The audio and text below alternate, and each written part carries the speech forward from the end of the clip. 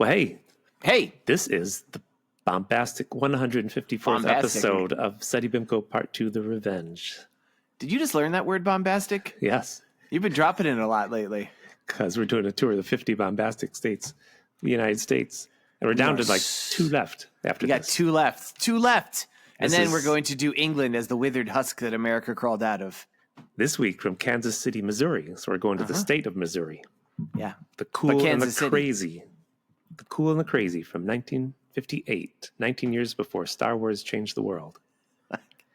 Again, I know you said this last week. I can't believe that this...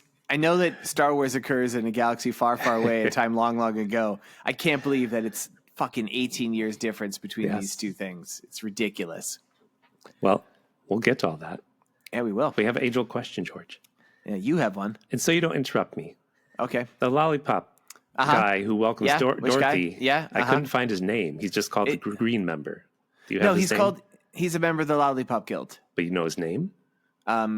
Licky. No, he's called the green member. That's all I could find online. The green Do you member. think the green member is in reference to his I knew you were going to penis? say that. It's upsetting. There's nothing green about him. He's like a little... I think his hair was green. Well, Do you think he became green after he hanged himself and he slowly rotted on that wasn't him. It's a different one. It was his friend, because we're getting to it.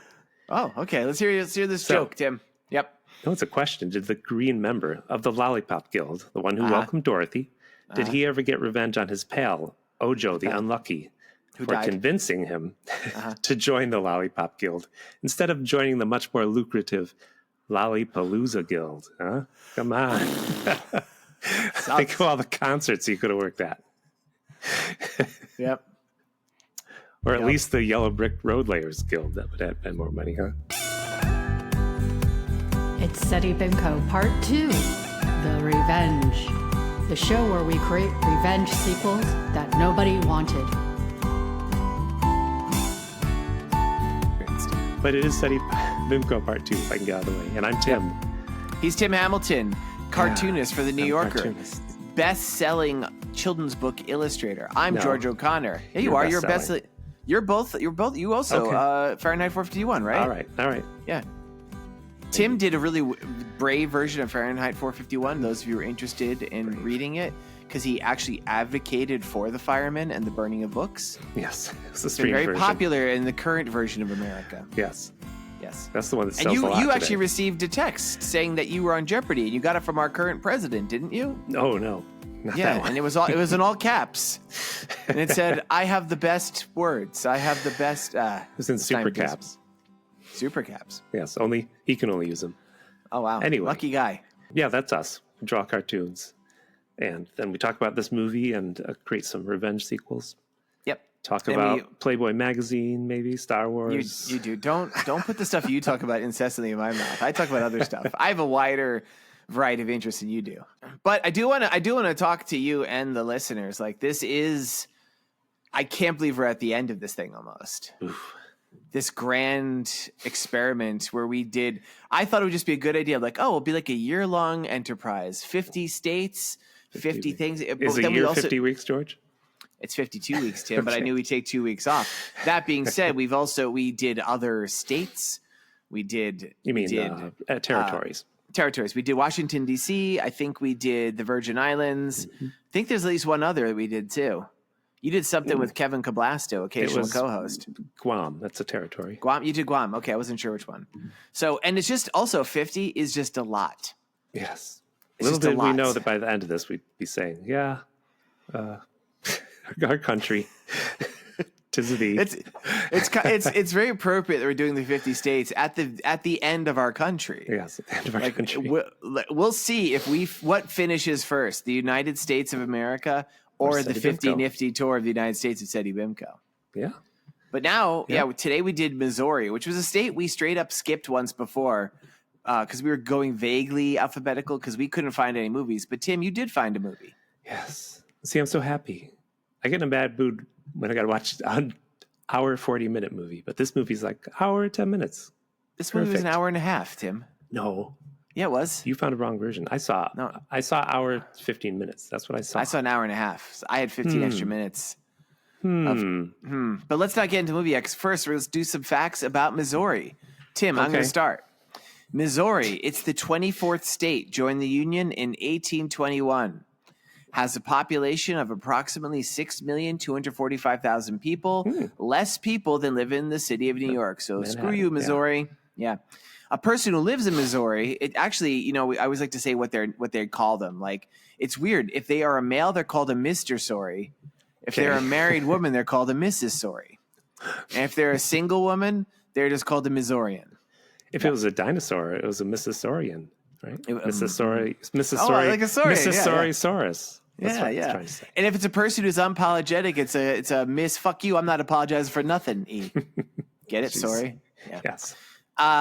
Its motto is the show me state, and that is because it has the tendency when people enter the first time, a little dwarf will approach you and offer to show you his green member. So they've named it the show me state. Yeah. Plan that ahead of time. Yeah. The capital is Jefferson City. The biggest city is Kansas City, where tonight's movie was filmed. Mm-hmm. And I'm like, what about St. Louis? Ooh, did that not exist yet? I don't know. It's weird. I mean, I would have thought the biggest one. And like a lot of my facts coming up are St. Louis centric. So I don't know. It's also weirdly, St. Louis is the biggest metropolitan area, but it's somehow not the biggest city. I guess because Kansas City, I don't know. Maybe they're stealing it from Kansas. Also, Tim, Missouri, the home of Anheuser-Busch. Oh, wow. And as a result, it has some of the most permissive alcohol laws in the entire United States, which is my perfect segue for you to do your weird laws. And hopefully at least one of these has to do with drinking. I do want to say Mark Twain is buried in Missouri. Which part of him? Because he's been married in a lot of places. What part? His mustache is buried in at least 4 places I'm aware of. His left foot. Yeah, strange laws. There's some good ones here. You ready for him, George? Yeah, and I'm hoping at least one of them has to do with drinking because I gave you that perfect segue. Okay. So firefighters, they are restricted if they're on duty. They cannot rescue a woman who is not fully clothed. So, lady, if you're in a house on fire, get some clothes on. Oh my God, something. It says it may have its historical roots in religious views on modesty. Oh, so it's not like a case where like a house is on fire and they're like, I got to carry this naked lady out of the shower. Yeah. That house isn't on fire. You just threw a smoke bomb, Fireman Joe. All right, what else? Wear some clothes or burn in hell, I guess. You cannot honk another person's horn in Missouri. Is that a euphemism, you think? I have it written right here. Is that a metaphor for something? Or is this another anti-clown related law? Remember, there was another town that didn't want 5 clowns riding a bicycle. Listen to previous episode, Beware the Clowns of Seddy Bimco. One of our best episodes, in my opinion. Where a town was racist against clowns, but for good reason, actually, as it turns out. The movie was a little confusing in its messaging. Wow. It was. Come on. Dunk on him. They're like, clowns are bad, but they were literally murdering people. So yeah, and the one guy's like, I can't stop being a clown, but at the end, he definitely stopped being a clown. So, last one. Please let it be about drinking. I'm sorry, I didn't see any about drinking. Man, what up? Uncaged bears in vehicles. You cannot drive with an uncaged bear in your vehicle. So, and I just did a story last week, I think, about an uncaged bear in a vehicle in my revenge story. I'm like, damn it. Should have saved that for this story, for this week. If only, you know what, Tim? You really should have done research for all 15 of the United States and cross-referenced it in advance. Yeah. Let's just do it over again. If only we'd planned ahead. If only we had listeners, we could just scare them with the idea that we would do it again, but nobody's listening. We're throwing this out into the void. We have so many listeners. That's actually not true. Yeah, folks, I don't want to alarm you. We've had a rather dramatic uptick in listeners this week. We're not sure. I think it's mostly Elon Musk and members of Doge scraping all our content, looking for reasons to deport us to super prisons. But it's hard to tell. Unemployed people, they just have more time now. There's going to be a lot more of them soon. So we're a good podcast. You got any more? Any more facts? Because I always feel like there's always there's the first streetcar was a horse-drawn streetcar in 1859 in St. Louis. It was replaced by augmented with a steam line in 1868. But then the steam one exploded. It scared the horses and they cut off all the people's legs. Oh, yeah. Oh. But this is For exciting. real? Yeah. That is weird. It was there. Because I've made so many jokes about trolleys. Kind of flexing. It was pretty great. This really happened. You would think this would end. You would think this would end the streetcars. Believe it or not, there is still a streetcar that runs in St. Louis. I just lost my spot on the page. It's called the Loop. Oh, I have a typo. It's the Loop in University City, which is a part of St. Louis. It still runs, and it still cuts off every Halloween a human leg. And ironically, it's not accessible to people in wheelchairs, right? Yes. It's funny. It is good. Now, the first elevator, Tim, this was gleaned from elevatorworld.com. And this is also another one that actually, this bolsters something you've been saying for a long time. Okay. So I found out 1862 was the first elevator. It was in the Lindell Hotel in St. Louis. It was actually not for passengers. It was just for luggage. You couldn't ride in it. Oh, I bet people did. But no, they didn't. Apparently, it was very scary. But this is what's crazy. Remember how you always would make that weird joke about putting elevators on trains? No, it's how they're transported. This really was.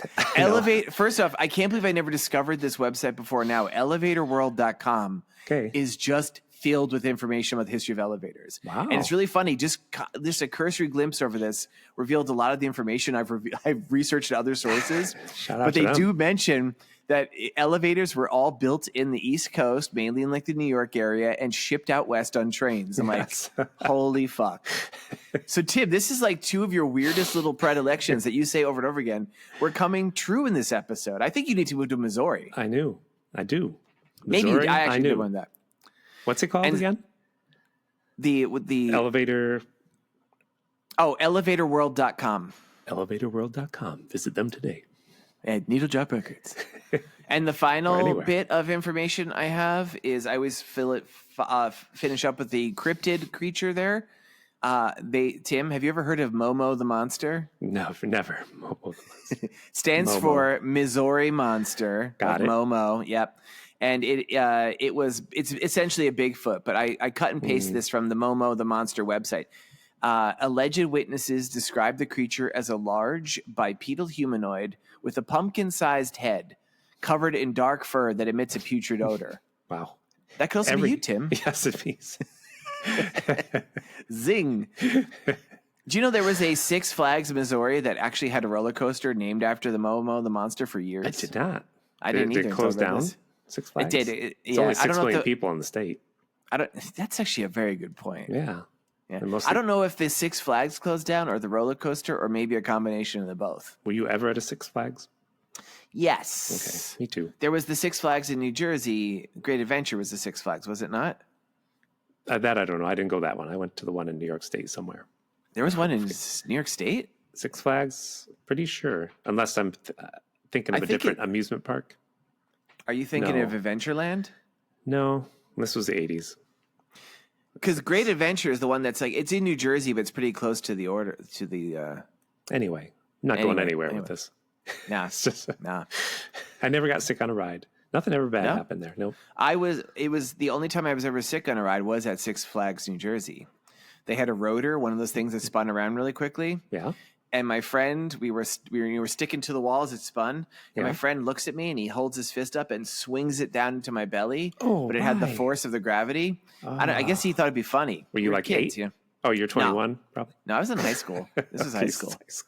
And that kind of, and I'd probably just eaten like a lot of hot dogs and bad food. And like, I was like, oh, and like, I was already feeling pretty shaky and getting nailed in the stomach. I went off and I remember I threw up in a garbage, not a garbage pail. Yeah, garbage pail. Wow. Yep.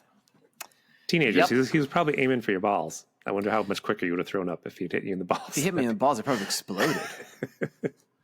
But, talking about teenagers, that's a great segue. That's a great segue. For us to talk about the cool and the crazy. You know, that's a great segue. And you know what happens, George, every week? I have to ruin your segues. Oh, yeah. You always ruin it. You forgot the flag, which I don't really care. I know. I thought you didn't care about the way. That's why I did the segue. I feel like I have to because we do it. It just had 2 bears. They were standing up. They're looking at each other. Mm-hmm. Not looking. Are they checking out each other's dicks? I think so. Nice, very progressive. Nice 2 bears. The seal is the same thing. It's just another lazy state. Same thing. That's it. 2 bears. I wonder if there's more bears than people in Missouri. Well, George, that's a great segue It was a to great our segue, movie because it takes place in Missouri. And there's 2 bears in it. I saved it. Yes, there's 2 bears.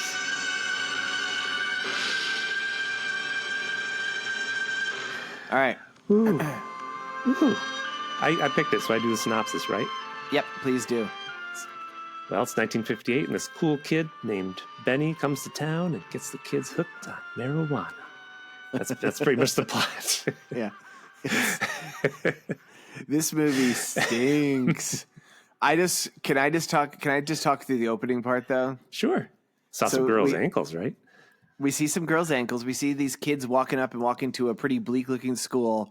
And there's this one guy who's just playing with a stick and the most rousing music happens. Oh yeah. 50s and we're watching, music. I'm like, it was so funny. It's like this jazzy 1950s shit. And like, we're just watching this like kid in a sweater play with a stick. I'm like, this is meant to move me in some way.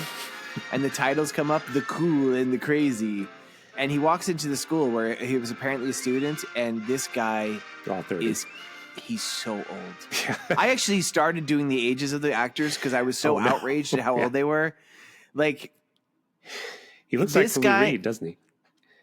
I didn't think so, but I could see. I could see that didn't occur to me. But Tim, I think I did the math for this guy. I didn't write it down. He was actually 26 years old. Okay, well, yeah. Could have been worse, honestly, because he looked like he was. I'm like, I actually wrote, despite clearly being 40 and apparently older than the teacher, he is evidently a student here. Yeah, him and the teacher are the same age, I think. I don't know if you looked up her age, but I didn't look up her age, unfortunately. And I want to point out that the good kid that we're going to meet in this movie, Stu, he did the voice of Pinocchio in the Disney movie. That is interesting. It's funny you called him the good kid because he's straight up like a bully bad guy. Well, yeah, I know. I guess I mean, okay. He's the popular kid in the school though. Before our Ben comes along and he's a bad him. kid, and then Ben supplants him as bad kid leader. I thought he was just like a teenager who's like, I'm a tough guy. I didn't think he's a jerk. Yeah, but he literally in his first scene outside the school, he tells Ben, go do some sort of crime. Yeah. To prove you're a bad guy. So let's talk about this movie. So we walk into this classroom with Ben, the quote unquote juvenile delinquent who is 40, and all the kids in this class, the men are all in their 30s at least. It's out. And as Tim pointed out, the teacher really does, like if you line them up outside of a classroom setting, you wouldn't be able to tell who was supposed to be older. No. And there's no way you would choose her as the oldest person because some of these guys were definitely grandfathers. It was one of the worst cases of casting of teenagers I've ever seen. One of them had a cane, yeah. Yeah. They were like a walker. They had gray temples like Mr. Fantastic. So here I've never learned this in school, but the teacher's on their ass about the subjective. Am I saying that subjunctive. Right? The subjunctive. I never learned about that in school. That's what I had to look it up. They gave a good description of what subjunctive was later. Yeah, but we don't use that word anymore. No, well, I don't know if you've noticed this about the United States, Tim. We're stupid. Education's not where it used to be. I know. Yeah. We're kind of turning out a bunch of people without any critical thinking skills or even basic motor intelligence out into the world. And that's kind of our biggest export at this point. Well, educate them if people don't know. It is a verb mood that expresses hypothetical situations, wishes, suggestions, or commands. It is used in dependent clauses after certain verbs, expressions, and adjectives. Can you use an example actually to show us? You used an example. You do. I like this. Okay. So if Tim and I were to record a podcast and I said, I'm going to kill you, that's subjunctive.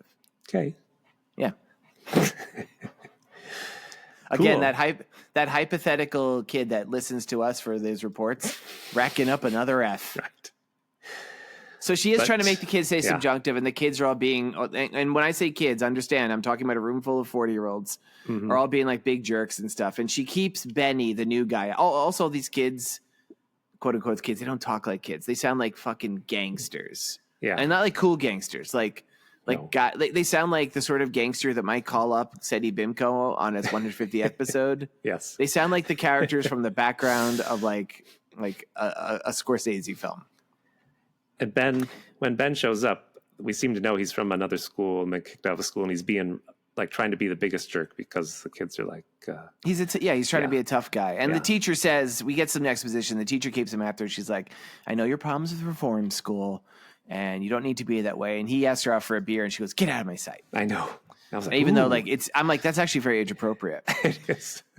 So he wanders outside, and there's the other 50-year-old guys like kind of walking in a circle around him, and they're doing a whole bit in the subjunctive bit because this is a huge part. It's and I'm like, what's it's like West Side Story. They're like, is it? walking around. How's it like West Side Story? Because they walked around him. They're going.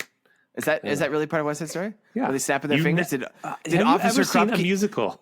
Did Officer Krupke come Okay. out and like then they Yes. Yeah, Tim, There I have is an seen Officer musicals, Krupke. but here's the difference between you and I. You've seen I'm new not ones. 500 years old.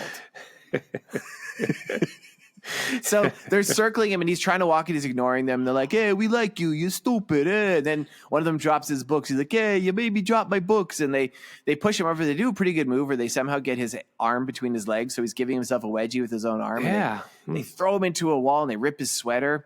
But then, Tim, wouldn't you know it? He's got a knife. Ben, he pulls out a fucking knife. He's like Fonzie. This is He's like like- Happy he- Days, I should say. It It's is. like It Happy is Days. exactly like Happy Days. It's exactly like.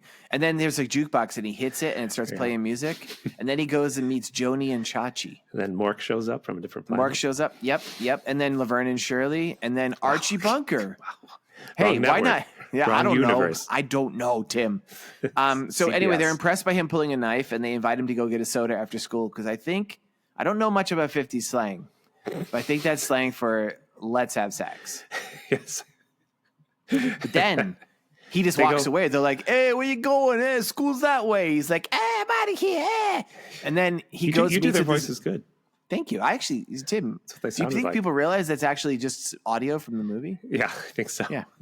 He goes and meets with this bald fuck, this old guy, and we learn like because this movie is They're kinda just coy about it. anti-drug paraphernalia. Yeah, you kind of hear like you get the sense like, oh, so he got in trouble. He took the rap for someone. We don't know what, but somehow or another, I guess that this drug dealer guy is like his quote unquote guardian now, He's at and the he is hotel. making him be an undercover drug dealer. Yep. And Yep. I don't mean to be mean. I've sounds never like seen the bald pattern this guy had before. He had like two puffs of hair on each side, top of his head. They call it the Then Larry bald. Fine. Yes, and then bald down to the hair that grows around your head. It's funny you mentioned that, Tim, because I was actually watching this and like we've unfortunately had to watch a lot of films of this era on Seddy Bimco, and 'Cause we all the love them. men. No, yeah, that's why. And all the men definitely look of a certain type. You don't often see male pattern baldness represented. No. Like they just Character wouldn't let those actors had people it. act. I think they No. would just kind of round those people off and murder them or something. So it was interesting to see a black and white film with an actual honest to God bald guy in it. Yep. You know, and I just realized I said he's kind of his guardian, but he's not because he's at the hotel. Because we do see this brief Yeah. glimpse of Ben's home life, where his dad's like sitting there on a couch, be like, "Yeah, go get me a 6-pack," and then Was that Ben's his like- dad? I wasn't yeah, sure of anything. because he yells, you look at you, Dad, you're so lazy," and he takes the mirror and he's hitting him with the mirror. Yeah. I was like, who is this old guy? I wasn't really sure. He never appears again either. No, never. Nope. Just he hits it with the mirror. The mirror does not break, thank goodness, because then he would have had 7 years of bad luck. Yeah. But Benny's drug dealer, the reason they let us know it's drugs, his dealer's like, yeah, you stink. You're not supposed to use it. You're supposed to sell it. I forgot. That is such an. If you were to watch this movie and know nothing about drugs, like the people who made this movie clearly know nothing about drugs, you would think the main side effect of smoking marijuana is it gives you horrible BO. Because repeatedly they talk about how much people stink. I'm like, I don't think that's really a main thing. You stink like a 30-year-old. It's like, I am 30 years old. I'm a high school student. Oy, oy. So Then then they they go to Pat's Pig. Oh, I love Pat's Pig. I bet George, you do. Did Yeah. you make a list for Pat's Pig? No, I did one right after this, though. So Oh, go first, okay. then. I thought it was going to be like last week where we had same Tim, list for everything. I did 4 lists this week. Oh, no. Yeah, it's going to be a good episode. Wait, did you hear that? Everyone just turned off our podcast. They went to Bat and Spider instead. I did 5 lists. They went to Bat and Spider, and all they hear there is gentle snoring of the hosts as they take a mid-podcast nap. Yes. Take that, Bat and Spider, our adversaries. Well, All right, go for your list. Pat's owner is owned by Pat, a very Mm-hmm. well-built woman. She's just built like a fridge. And she had... She has 2 doors that open on her, Yes. and she keeps things cold. That's weird. She might be a robot. She went through a lot of names for what to call this place. Okay, let's hear him. So first, Uh-huh. it's going to be called Pat's Kentucky Chicken, named after her dead pet chicken named Kentucky. Who was not fried, apparently. Yeah. Not fried. Should have been Pat's Chicken Kentucky if the chicken's name is Kentucky. Yeah. Okay. Speak like Yoda, Pat does. It was going to be also named the Three Little Pigs, named after her 3 remaining toes on her left foot. Oh, how gross. Because the trolley car ran over her foot, you know. See, it's a trolley car. Not the grim specter of diabetes. Yeah. It's also going to be named Look at All the Little Piggies, named after a song she wrote that George Harrison stole later on in the 60s when he visited. Oh, man. Have Missouri. You seen the Little Piggies? Yeah. Yeah. Also going to be named Pretty in Pig, named after a movie script Pat was working on that was a teen romantic comedy filmed about love and social cliques in a all-pig high school. That's so weird because that movie was actually named after a pre-existing song by the Psychedelic Furs. Well, I took it a step further, George. Wow, yeah. You just cut the Psychedelic Furs out entirely. And the last name, she was going to call it Pizza Hut, named after Patty's one remaining big toe on her right foot. Whoa, how did she lose those one? Was it a boating accident? Yeah, boating accident. She shot it off? Shot it off. Nice. Tim, if we had a listener, they would listen. They'd be like, what are these two talking about? They don't realize everything we say is a deep reference to SETI lore. That made sense. We are the most impenetrable of all podcasts. No. Except for Bat and Spider during nap time. You can't penetrate Bat and Spider. No. Yeah, well, that's not good. what I heard. All right. So we're in this parking lot where all the 40-year-old teenagers are harassing some 30-year-old teenage girls. And they all have cars, by the way. They all have cars. Like cars, no problem. There's no. This is like in the early days of Seddy Bimco, where you were supposedly be doing films about teenagers, and you would like have a film where they were clearly in their 20s. This is way worse. So Ben pulls up in his car, and he comes up to the guys, led by Stu, who, as Tim mentioned, is the voice of Pinocchio. Peter Pan. Pinocchio. Thank you. And they're like, you got to do a crime to prove you're cool with us. And they're giving ideas like, maybe I could beat up an old lady. I saw one. They're like, that's too easy. So Tim, he said, do something big and daring. Use your imagination. That's what he said. So I made a list of crimes Ben can do. Are you ready? Yeah. Number 1. Are you ready for this, Tim? I'm ready for it. He could jaywalk. Yes, he could. Yeah. Number Missouri. 2. He could deport a protected man to a super prison in El Salvador. Yeah. Ooh. Number 3, he could refuse to obey the order of a federal judge to retrieve said wrongfully deported man. Number 4, he could just ignore the freaking Supreme Court while he's at it too. This won't age well because next week everything will be different. Yeah, we'll see. Number 5, he could rebroadcast a baseball game without the express written consent of Major League Baseball. Number 6, he can cover his fat orange ass because smart money is that wrongfully deported man has been killed already. Who's got orange ass? This spray tan. Benny guy? Okay. Benny's got a spray tan, I couldn't believe. And number 7, this is actually where you kind of let me down, Tim. Uh-oh. Number 7 was break whatever silly drinking law Tim came up with, but instead he's going to drive around with an uncaged beer in his vehicle. Yes. All right. So sorry. So the audacious thing Ben does, he walks into a police station. And the kids love it. They're looking in the window like, oh, check They're it watching out. through the window and they can't see it. Oh, I thought they could see. They were looking in the window. Well, they can see it. They can't hear it because they're like, we don't know what he said. But he's like, I don't know. He's like, I'm a troublemaker. You got to lock me up. Yeah, he's mouthing off of the cops. And he spills something on the desk. Maybe it was like one of those instances I looked down to type something, and then he's like, oink, drag him oink. out. Oink, oink, yeah. Oink, oink. But they still kick him out. The cops do, but they don't arrest him like he wanted. No. Cops but like, man, because that's what he wanted, man. All the other 40-year-old teenagers are so impressed, except for Stu. Yep. Stu's mad. Because Ben is taking over as the leader. He's Fonzie. Well, he does straight up because then like Stu's all being like, I'm mad because now I'm not the coolest guy anymore. And Jackie, who we'll talk about shortly, he's telling him like, oh, this is the coolest thing I ever saw. He was being like a real jerk to those cops, waving his hands. I couldn't hear nothing. And then Ben's like, hey, I'll buy you all a drink. And Stu's like, I don't need a drink from you. And then he beats the fuck out of Stu. Yes. Humiliates him for everybody. He humiliates him, and when he's down there on the ground, he's like, come on, man, just want to be your friend, man. Yeah. And I thought he left Stu behind, but he didn't. Because then George. I don't know. Yeah. Oh, is this less? In the police station. Yeah. George gets excited. I get so excited. Tim's list. 20 minutes past here. We get a head of steam going, and then Tim's like, oh, wait, I want to go back and talk about this thing. I want to go back in time. Yeah. There was a big wanted poster sign on the wall that Ben in the police station kept touching and looking at. I took a picture and I zoomed in on that wanted poster. What was it, Tim? George? What was it? You don't want to miss this list. Yeah. It was I read Playboy. I read some of the names on there. Okay, let's hear these names. There was Tusk Lumpkins. He's wanted for stealing a $3 hat. I'm sorry, his first name was Tusk? Tusk Lumpkins. Like part of an elephant? Yeah. Okay. There was George Hankey.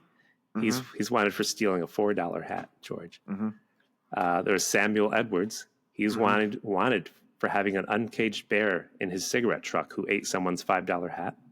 See there. Amy Kendall, she was wanted for smoking cigarettes in the presence of a man in a $6 hat. It's a brave move choosing the name of one of the characters in the movie, too. Peter Randy Jr. Peter Randy. Wanted for smoking in the presence of suspected communist Lee Harvey Oswald with their hats on. That's it. That's my list. That's a good list, Tim. I think I have a note here. Leave this one out. I read a bunch. Why hats?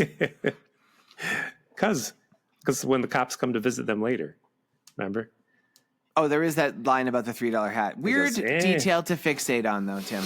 But it is funny you mention that because there were occasionally not a weird detail, George. If you told someone their hat looked like a $2 hat, you could legally slap a guy's ears off. Well, this is the thing, and I didn't do a currency kerner, but let's actually do it right now because I'm actually thinking a $3 hat might be impressive for back in 1958. I don't know. Hats were everything back then. So the I think Rolexes of the 1950s. Yeah, but so this was 1958, right? Yeah. Are you playing the music? Okay. Here we go. All right. So a $3 hat in 1958 would actually cost a $33 hat, $33.20 now. So what do you think that translates to? I don't know. I've never really bought a hat. This is good. I'm glad we ended all forward progress for this. All right. Hats. Let's get hats. All right. Our new sponsor. Hats. There is another little scene I do need to mention here because it ends up playing a surprising part in the climax. Okay. As Ben is driving his newly recruited gang to the second location, he sees a set of headlights coming at him. He's like, "Hey, look! It's two cop motorcycles driving next to each other. I'm going to drive between them." Yeah. And Jackie, who we still haven't talked about yet, but will end up being one of the major characters, like, "You idiot! Those aren't two cars. Those aren't two motorcycles. That's one car. Well, you're a crazy guy. You almost drew behind something." And I'm like, what a strange detail to have in this movie. I think they're trying to show you, hey, he's on drugs. So he sees right. crazy But things. It was literally, but also like in an example of this actually maybe being a somewhat decent screenplay, that was actually something that pays off later. Oh, it does pay off, but it's a weird thing. Because later they go to a party in a park and the kids are like, yeah, he thought them two motorcycles was bound this guy's together or crazy. something. I don't know what they said. They said something odd. It was so weird. I actually went back and added the note afterwards. I'm like, this is just weird.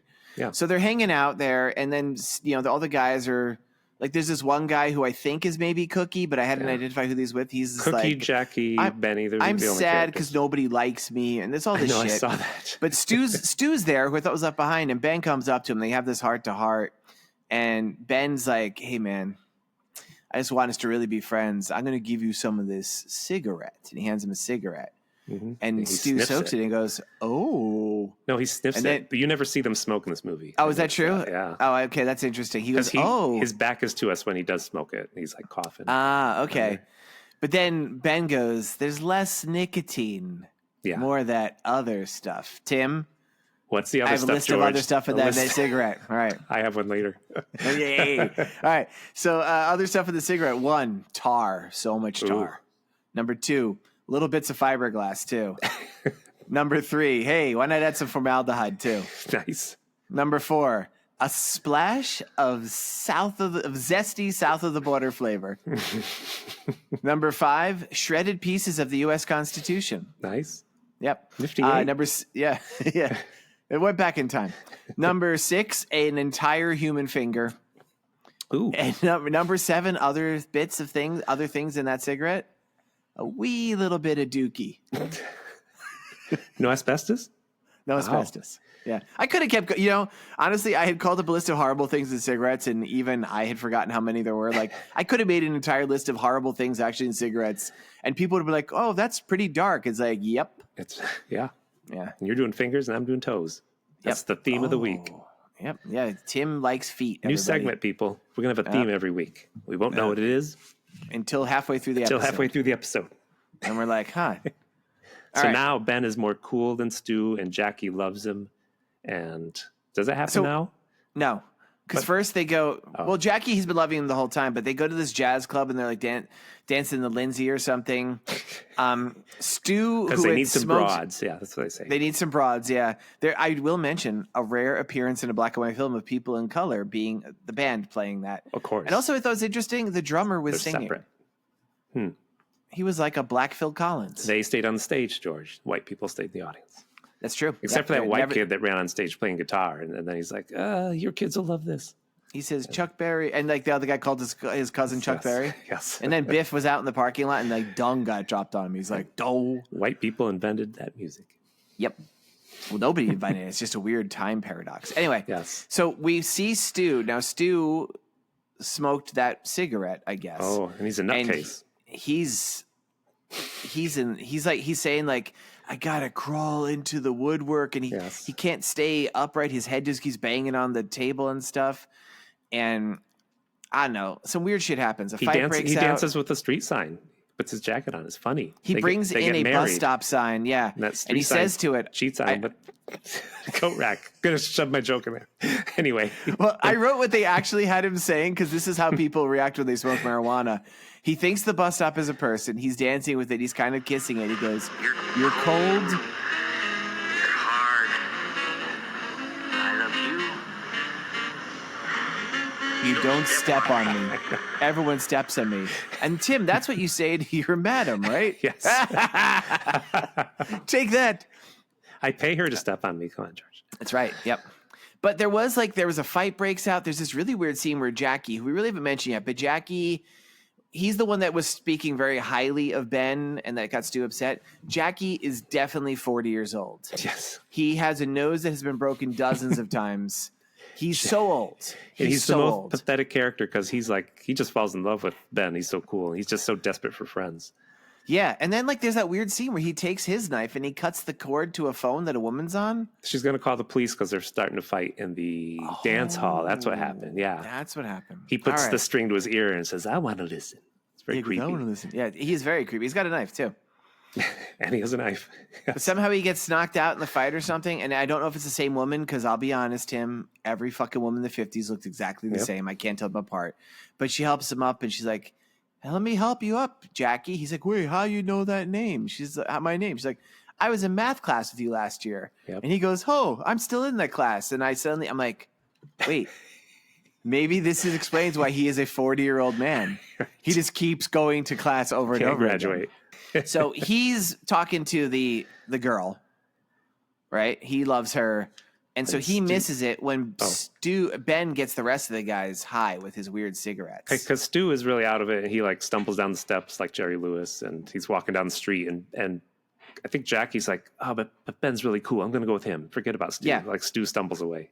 And there's a scene I didn't actually understand because I wasn't paying attention for a second where we get this weird bit where Stu, who's in the throes of drug psychosis, he finds an unconscious young person, like 40. It's a dead boy in the street, George. I wrote Stu's talking to a dead guy because he goes, "I see you coming out of the woodwork. You're cold. You're hard." He literally says that. And he goes, "I'm going to cover you up like a little baby." I'm like, what is going on in this movie? Because Ben brought the drugs to the school. I thought it was kind of a straight town before this, but there's already a kid passed out in the street. Well, no, know what I actually put together later, I think during the fight, a kid gets hit in the head because the cops later make it. I think he's the kid who got hit in the head. And I do think he's maybe dead. He stumbled out. He stumbled out and died. Wow. Meanwhile, Jackie, the 40-year-old, let's say Jackie's 50. Jackie, the 50-year-old who was talking to the girl from his math class, she invites him up for coffee. Yeah. And he's all the whole time like, "Are your parents going to come home?" And he's all like bragging. He's like, "Yeah, I get my friends. I'm like the coolest guy." And she's like, "Your friends were out of control." She's like, "That's because I get him beer and stuff." And he tells the story I thought was going to go somewhere about his dad being in the circus, but it never really does. Oh, it does, George. They were trapeze act until his parents were murdered, and then adopted. But then he was unadopted, I guess. So. I have a question for you, Tim. Yes. Was it Two-Face or Killer Croc who killed his parents? I think it's Two-Face. Okay. Depends if it's crisis or pre-crisis, I think. I want to say something about the actor that plays Jackie. His name is Richard Bacalayan. Uh-huh. And if you probably know him, he was in all those in the 70s. Disney made like subpar movies. He was in all of them, like playing a gangster, like a funny gangster who Tim Conway would throw a pie in his face by the end of the movie, drop his gun, fall into some whipped cream so he couldn't have his gun, that kind of thing. Yeah, I did actually, because he was such an interesting face, I did read about him. And he was actually at one point, like about 50 years before this movie was filmed, an actual teenage delinquent who did a year in juvie. Oh. He had been a boxer, which is why his face was just flat, just so flat. And he had fought in the Korean War and retired as staff sergeant. Yep. Actually, a weird thing about this movie that I'm kind of happy to report, normally if you follow the blue links in these old movies, you always hear like incredible tales of woe and sadness. Almost every single person in this movie ended up having a nice long marriage to someone and dying in their old age. I'm like, wait, wow, that's pretty cool. Yep. He died, in fact, up where I'm from. I read that. There's a hospital near me. Yeah, I read it. It said like he was killed by a mysterious figure. Yeah. He died in Elmira, New York, and I grew up near Elmira. Elmira is where, I'm not making this up, Mark Twain had a little place he spent a lot of summers at. Is this why you're so obsessed with Mark Twain? Yes, because there used to be Mark Twain the musical down the road from me, and you can go see his what's it called? Mustache. Yes, prostate. His little cottage where he lived in. It's like a museum to go to. Nice. So Ben and quickly calls that bald guy. We see sexy legs in the foreground. It's like the graduate with the drug dealer. And the bald guy, and Ben's like, he's like, I'm hooking these kids on drugs, and just his dealer is not very good. He's like, yeah, you're still terrible at this. His dealer. The drug dealer. If drug dealers were really like this, there's no fear of the drug dealers in this movie. They are oafs. No, he's like a teacher. He's like, you're not doing a good job. I'm gonna fire you. He's the only guy who's got in this town. There's no threat. There's no nothing. It's just so that it's the next morning, and the guys are all hung over and strung out from smoking weed once. I know. They it's like they've been addicted to heroin for a year. Or like for 10 years. Yeah, they're jonesing. And Jackie wanders in there, and he's like, oh, I must have missed something last night, because Jackie is the only member who doesn't smoke, because he runs off with the girl. I guess her name is Amy. Yep. And then here's the infamous hat. He went to church with her, George. He did. He's like, don't tell anybody. I prayed to Jesus. There's that thing where you have to put your finger in the holy water, and he put his finger in there and started bubbling, and he took it out. He's like, whoa, nobody must see that. Then he said, I'm melting. And then he hung him to a munchkin. Yeah, then here's the hat sequence. What's he say, George? I love it. He calls him the great defender. You and your $3 hat? Yep. Which we actually know now is a $33 hat. I said, I'd slap you if you said it was a $2 hat. Here was a line I didn't get. Maybe you can explain it to me. Okay. So the cop, who's an old guy, comes in. He's really leaning on Ben.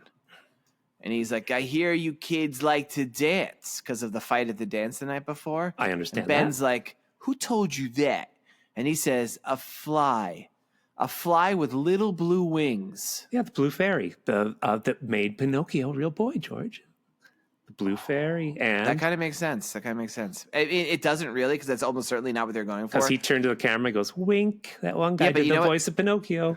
Stu wasn't even in that scene, though, unfortunately. And this is what he mentions. Sure? He was at the counter going, man, my head, man. I need some more pot. Maybe. I think they were all in there. They're all like, maybe they were, but he wasn't certainly having lines. This was mainly a cop, a Ben, and a Jackie scene. And the cop mentions a kid got beaten up. He had a bad headache, which we think is maybe the dead kid. Oh, we forgot to mention when Stu talks to the dead kid, he goes, I'm going to cover you up. And then he picks up his street sign as if to crush his skull. Did you not notice that? And they cut away. I was like, oh my God. He's bringing it down. Did he crush his skull with that? Well, and they do that really great editing trick where they cut down and then it's just a shot of somebody smashing eggs. Yes. And close up. They squirt blood in his face. Yeah. Well, then there's another person squeezing ketchup and the blood squirts in his face. Yeah.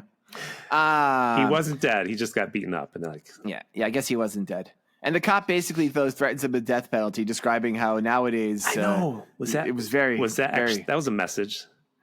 It's like we don't electrocute him anymore. We drop this pill in some water. It goes inside your lungs and fills it with poisonous gas, and you can't die. breathe. And then you shit yourself. And then I put my finger in the shit and I wipe it on your cheeks. Whoa! I take a photo. I send it to your ma. Whoa! We made a deal. No more poop jokes. I made a deal. That was deadly serious about poop, Tim. So then it's the next day at school, unless anything else happened here. Kids want more pot. They just keep driving that home. Kids need more pot. I have a note. It just says, Ben says, we're going to have a lot of parties, but first we need money because smoking out's expensive. Oh, because now he's hooking them like, you got to pay for the next one. And Stu's like, cool, money. What's the deal? And then, like, so there is a scene where the bald guy comes by, gets Ben in his car, and he's like, I want the bread. And he goes, you get it tonight. He sniffs Ben again. He's like, you're a junkie, because everyone knows. First off, you become a junkie from smoking weed. Second, it makes you smell real bad. He kicks him out of the car. He's going to get no money. He's got no other people working for him. But there's a really important line here. Yeah. He goes, I'll get you the money. I just need more M. Right. And here's a list of other things that you could call marijuana. Oh, man. Yep. Do you want to trade off? Or does it work as a list? Go ahead. Do yours. You have one too? Yeah. Go ahead. All right. Let's trade off. My first one, grass. What's your first one? Mary Jane. All right. Ooh, we both start with serious ones. Number 2, wacky tobacco. Ooh, Mary Poppins. All right. Number 3, silly Bo Billy. Wow. I stuck to M's. Manic Munchy Mondays. Nice. 4, Mary Really Wanna. Oh. Okay.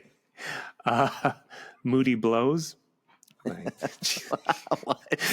Number 5, the whole reason Tim is able to wake up in the morning. That's what it's called. Yep. What's another thing you could call marijuana? March Madness. All right. Number 6, bat and or spider. Oh. Mork and Mindy's. All right. Are you just making up shit? No, I wrote these down. Worked hard on this. Number 7, other things you could call marijuana. This is my last one. Anything you want, just don't call it late for dinner. Well, my last one's Much Ado About Cannabis. That's a good one. Jesus. All right. Wow. So then a guy comes up to him who we later learn is Cookie. He is so strung out. Yeah. He's like jittery. He's like scratching invisible bugs. He's like, I need more, man. I need more of the stuff. And he's like, I need money. Go get a job. Steal something. He's talking to Jackie, right? No, this is actually this is before that. That's before he's talking to Cookie, but we haven't really. Unless you're like paying so much attention, there's no fucking way you know this character's called Cookie at this point. I think we learn because then we go to Monday at school. Yep, and they're still coming into school like, oh my head, man. Well, that's what's hilarious. These people became raging drug addicts from smoking marijuana over the course of a weekend. The first day was the kids' first day of school was Friday. That's weird. Yes. And then they had a weekend where they smoked weed, and now they are all like strung out like heroin junkies. Oh, and the teacher uses some pretty embarrassing street language. Like, I'm surprised you cool cats are here. I heard you were out doing Fandango. It's ridiculous. Yeah, the jitterbug. That's it. And she sends Cookie home. No, but she's still on about the subjective. I'm like, come on, lady. Subjunctive. Well, she's around the subjunctive because, unfortunately, what we didn't realize, this is just the next class. It makes sense. She sends Cookie home, who is the guy who was like, I need another fix. Oh, George. Yep. She knows what happened because she says, I read about your weekend in the paper. Remember, that's what she said. Like, really? This was in the paper? It's not a very exciting town. She also enjoyed reading this new comic strip, BC by Johnny Hart. No, BC, 1958. Yeah, okay. She also liked a comic called The Strange World of Mr. Mum, a comic by Irving Phillips. Did you ever see that one? Nope. Okay.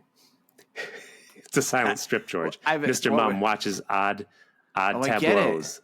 Because his name is Mum, and Mum means silent. And he doesn't say anything. It's basically a comic in a comic because it's just something funny with someone looking at it. You just take out the man looking at it. It's still it's like MST3K. Yep, that's what it is. The comic strip. Yep. This Except is for real. He doesn't ever say anything. It's just a real comic strip. This is good. Oh, George thinks I'm making it up. No, I know you're not because it's old. Old. If it was anything that happened recently, you would have no idea. So then he sends him home. Sorry. Yep. She sends him home. And Cookie just lingers in the hallway, and he goes to Jackie, who reminders everybody, we didn't smoke it, so he's not a ravaged drug addict yet. And he's like, hey, Jackie, I need your help to help me rob a gas station. He's got gun and everything. And Jackie's like, wait, what?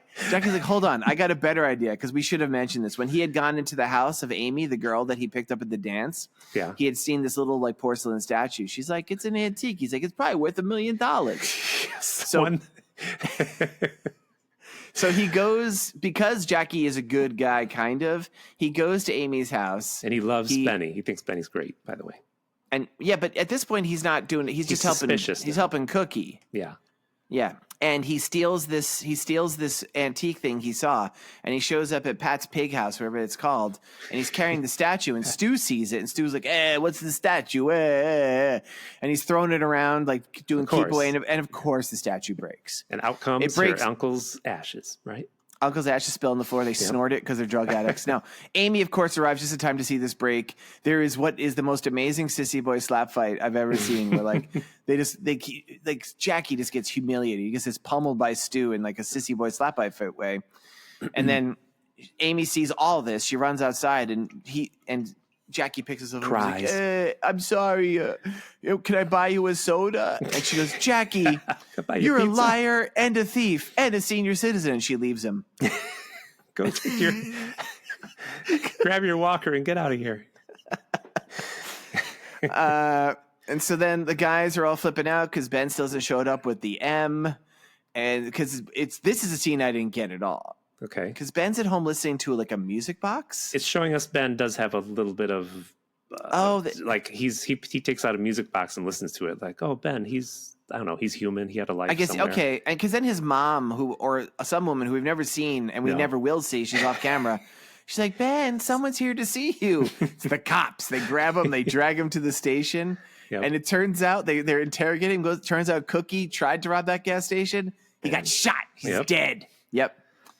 And they were interrogating him. He's like, I don't know why you're telling me this. He goes, because the last things, it's weird. He mentioned your name, and he mentioned M. And there's one thing we can't figure out. What does M mean? Now, Tim, I made us another list. A list of things that M can mean. Last time is things you could call marijuana. George, this is a list of things that had my name. I got it. I got it halfway through. So we should have combined these two. Yeah. I messed up, people. The podcast has been ruined. It has. Well, yeah. Now, this is the first time it was ruined. This is a list of things M can mean. Are you ready, Tim? Okay. Mother. Yep. It could also mean the Roman numeral for 1,000. Oh, yeah. Yeah. It could mean mud butt.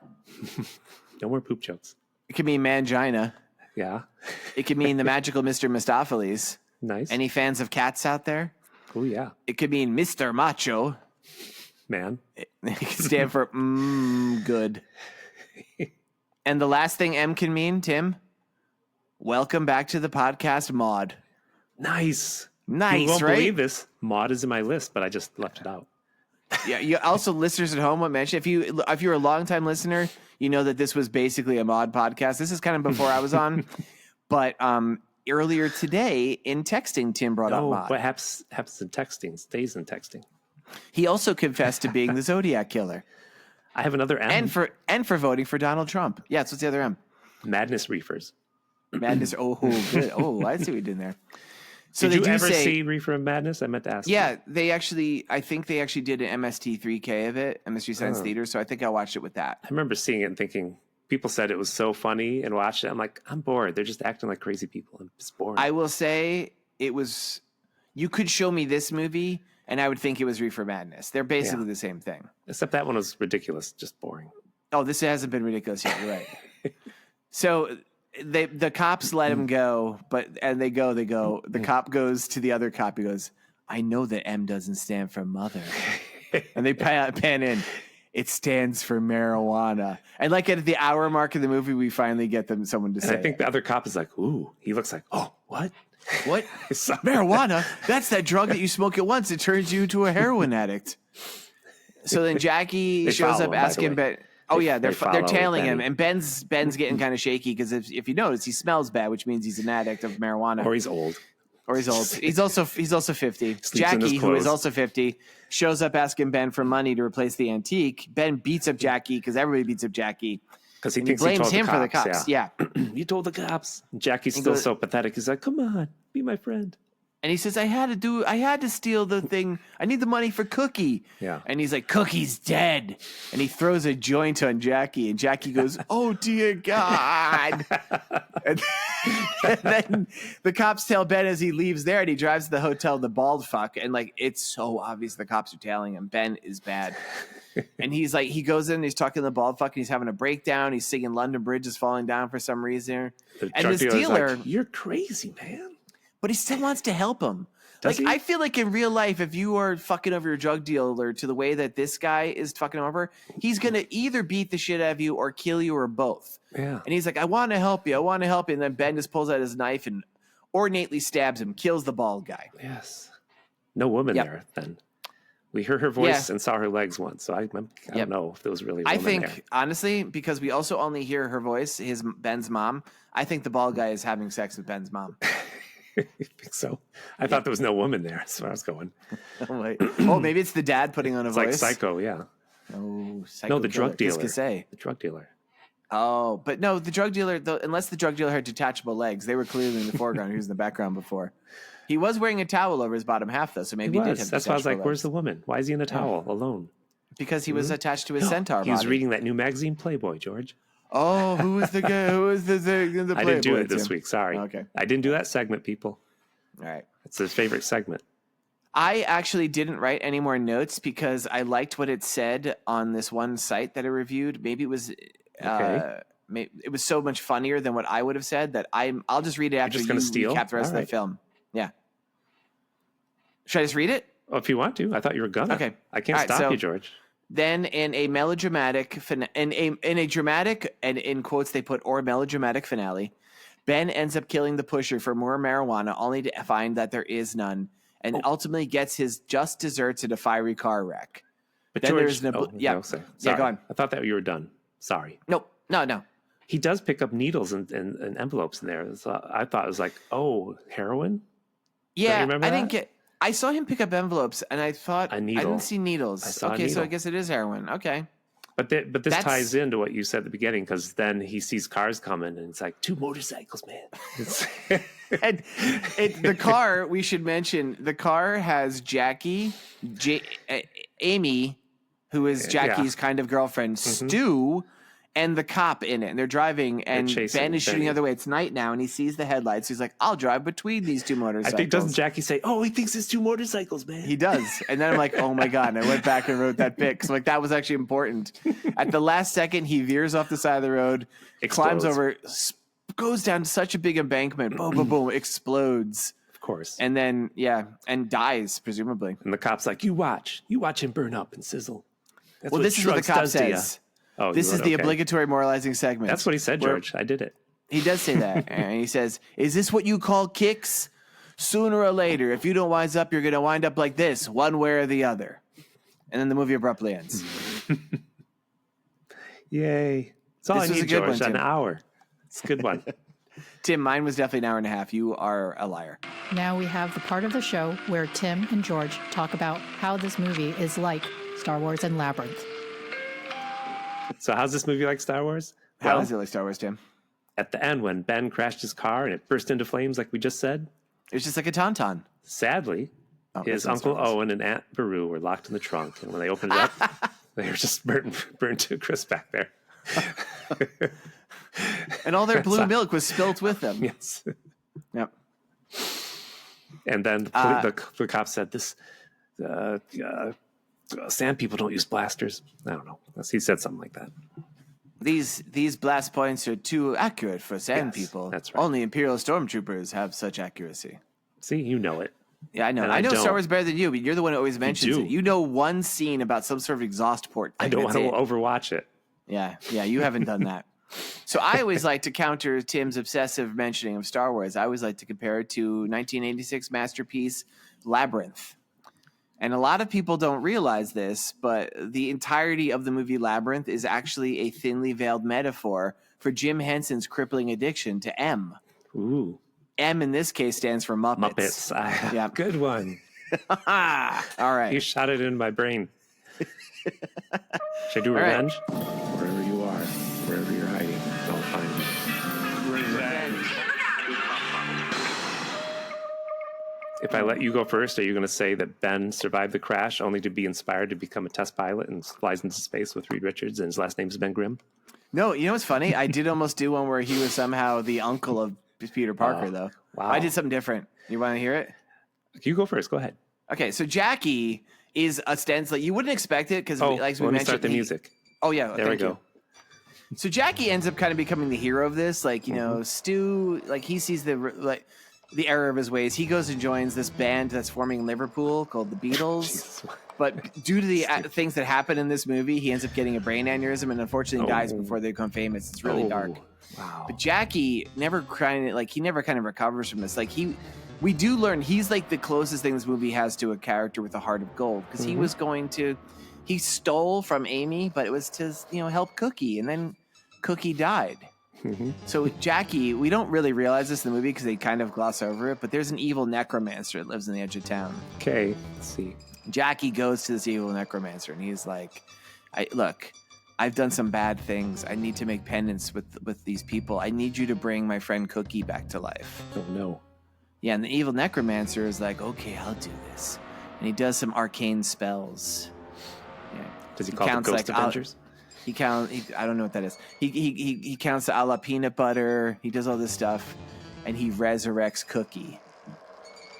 But Cookie comes back as a cookie monster. Okay. Yep. What? Why? Yeah, because when you don't he's got an addiction. Yes, he's got an addiction, exactly. and the necromancer changed it. And people don't realize that when the cookie monster is just eating cookies and spilling everywhere, that's just normal cookies. He's eating weed cookies. Okay. And so this, over the time, this kind of warps him even further and further, and his hair turns blue and his eyes go goggly. He eventually moves to Brooklyn, where he finds this little street off in the further out parts of the borough, still accessible by subway. Why don't you tell me how to get to Sesame Street? And then he becomes a cookie monster, and he lives there happily for 40 years until cuts to the PBS by the crooked U.S. government eventually end up the shuttering of it, probably. But then he goes crazy. He eats the U.S. president's brain. Jesus. Yeah, nobody even knows. No, the president wasn't Jesus. What's your revenge story? Oh, wait, Tim, stop playing my music. You've been playing this whole time. Play your music. Start my music. Jackie, our kid with the heart of gold that was 50 years old. He just. Wait, I thought you're doing Stu. No, Jackie. I didn't say anything about Stu. You said something about Stu about me. Jackie. Jackie's sad at all the events. He lost this new friend he made, and he sat at Pat's Pig eating pork sandwiches.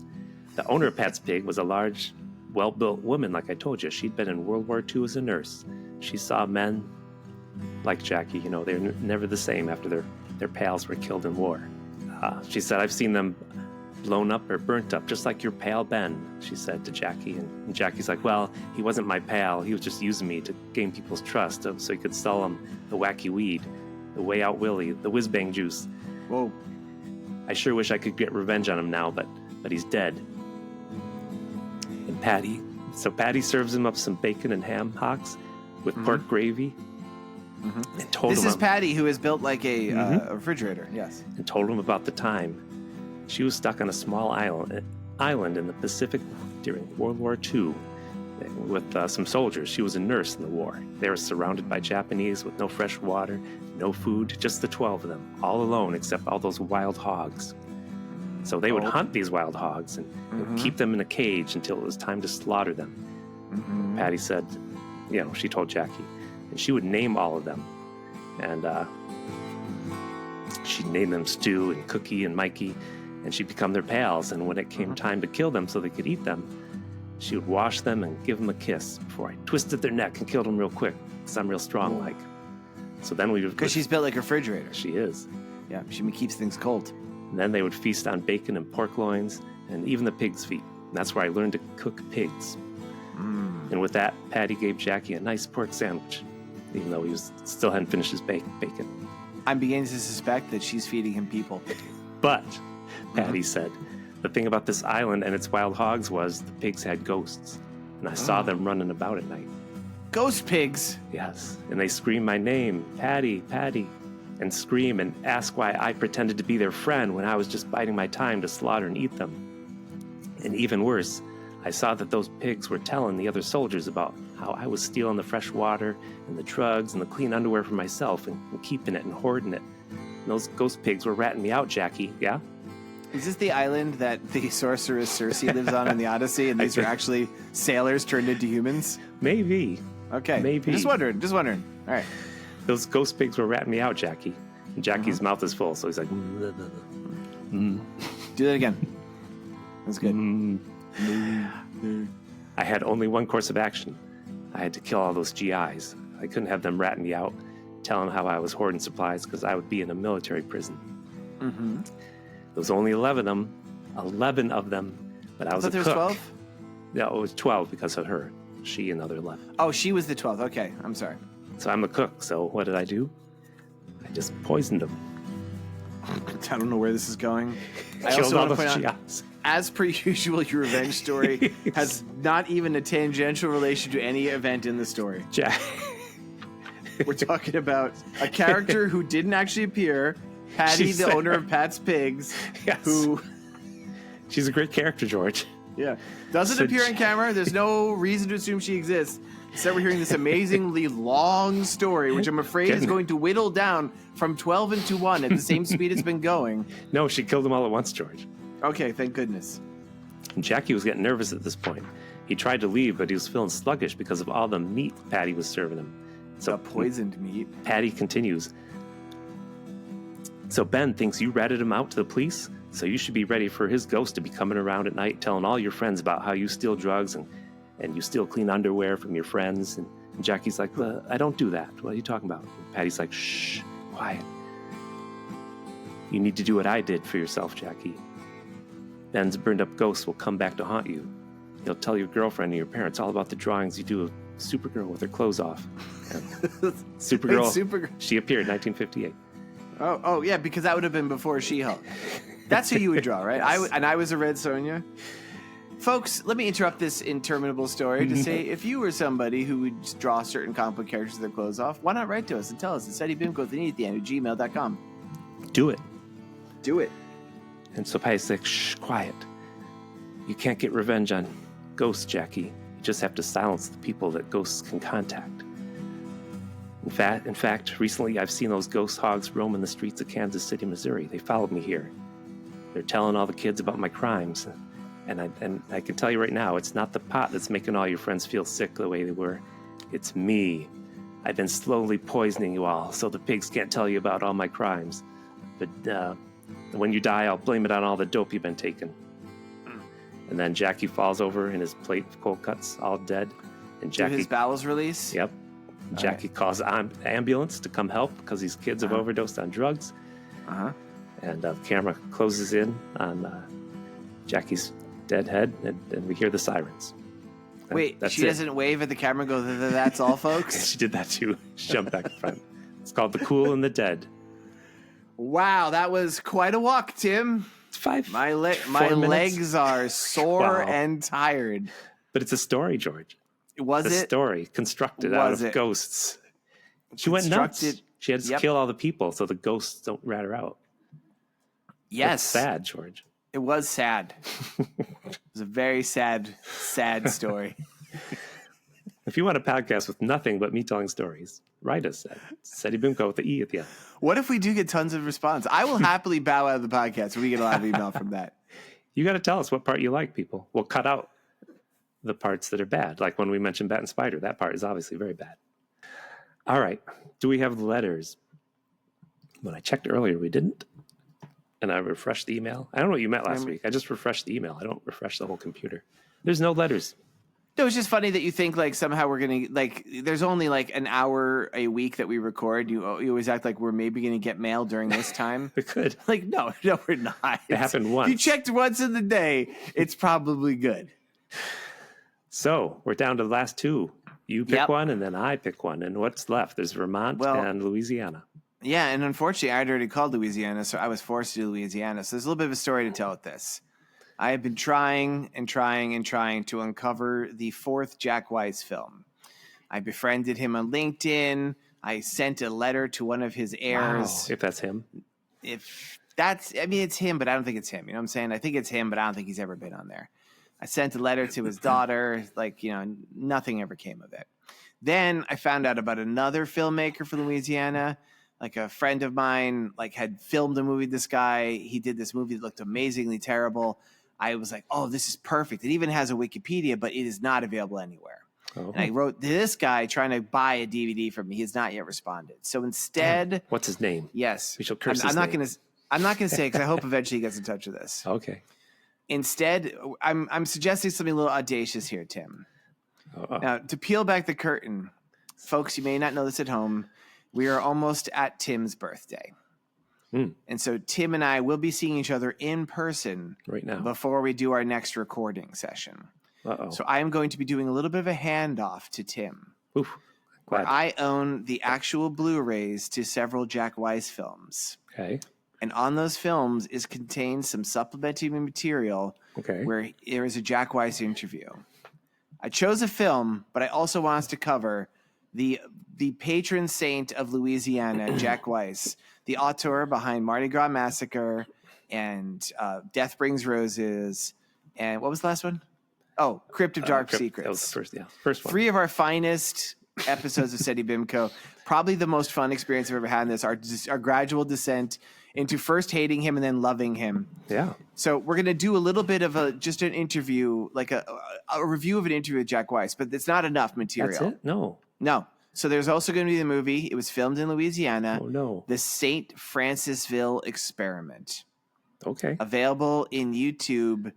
It's from 2000. It is that's not that new, Tim. I know that seems new to you. That's 25 years old. It's not that new at this point. They're all dead. And it's a very Blair Witchy looking movie. Okay. Yep. Never heard of it. Yeah, nobody has. So St. Francisville Experiment available on Tubi or maybe YouTube. I forget which. But then also we will be delving back into the wild and wonderful world of Jack Weiss just to hear the man speak. Cool. Yep. We can't play him on here. You know what I was listening to before this started? Red Hot Chili Peppers. Message in a Bottle. The Police? Yeah, they did that. It made me remember. You know something? Yeah. I listen to it now. I laugh. When it came out, I was early, going to be a teen. It was like 1980 it came out, right?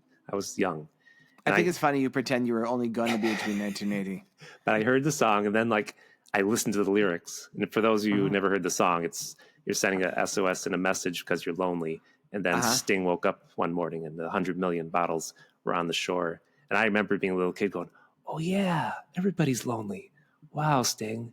It's okay to feel that way. I remember realizing. Why are you bringing this up, though? Because I'm high.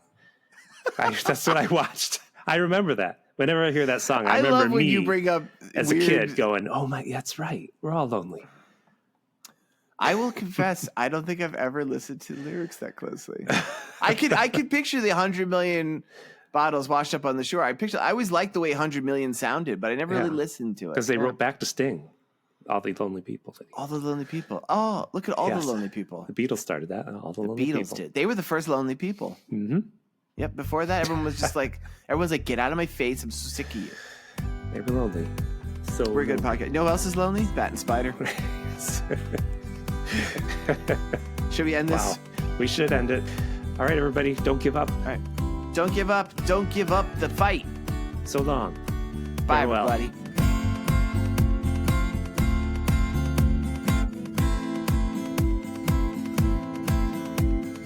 This has been a Pity Party Line production. Party line. It's a party line. Do you like the 2 little Post-it notes I put on each of his nipples? No, because I wanted to see his big man milky nipples.